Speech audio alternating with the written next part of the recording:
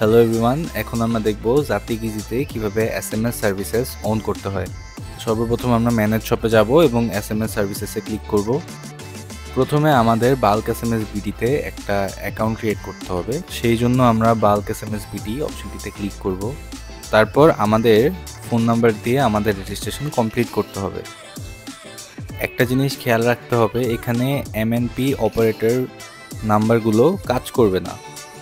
Registration complete হওয়ার পর আমাদের ফোন নাম্বারে একটা এসএমএস আসবে এবং সেখানে আমরা আমাদের login ID, password, login URL এবং এই ওয়েবসাইটের ভিডিও টিউটোরিয়াল পাবো।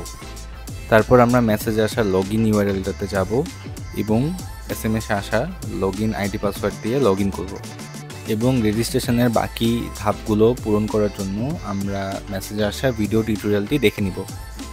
লগইন করার পর আমরা বাল্ক এসএমএস বিডি ওয়েবসাইটের ড্যাশবোর্ডে ক্লিক করব এবং তারপর এপিআই অপশনটিতে ক্লিক করব এবং সেখান থেকে এপিআইটি কপি করব।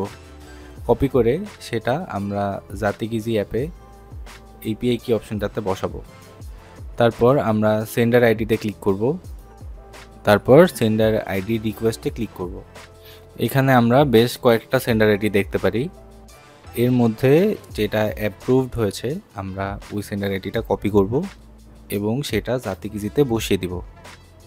তারপর অ্যাড সার্ভিস বাটনে ক্লিক করলেই এটা কনফিগার হয়ে যাবে। এখন আমরা দেখব কিভাবে এসএমএস টেমপ্লেটগুলো কাস্টমাইজ করা যায়।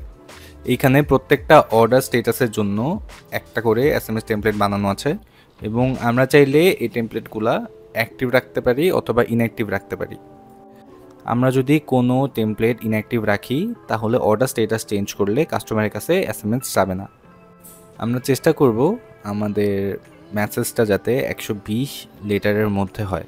টেমপ্লেট সেট করার পর আমরা সেভ টেমপ্লেট বাটনটিতে ক্লিক করব। এভাবেই জাতিগিজিতে আপনারা এসএমএস সার্ভিসেস সেট আপ করতে পারবেন। ধন্যবাদ।